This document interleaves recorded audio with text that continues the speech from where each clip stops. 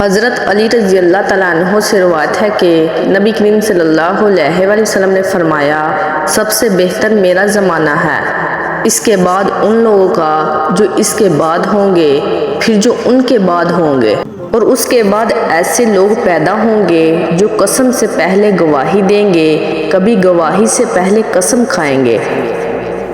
حضرت ابن عباس رضی اللہ تعالیٰ عنہ نے بیان کیا کہ میں نے نبی کریم صلی اللہ علیہ وآلہ وسلم سے سنا، نبی کریم صلی اللہ علیہ وآلہ وسلم نے فرمایا، اگر انسان کے پاس مال کی 2 وادیاں ہوں تو تیسری کا خواہش مند ہوگا، اور انسان کا پیٹ مٹی کے سوا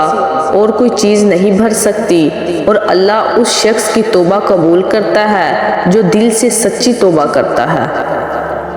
پیارے بہنوں اور بھائیوں، اللہ تعالیٰ ان حدیثوں پر عمل کرنے کی اور ہمیں اپنی زندگیوں کو سنوارنے کی توفیق عطا فرمائے۔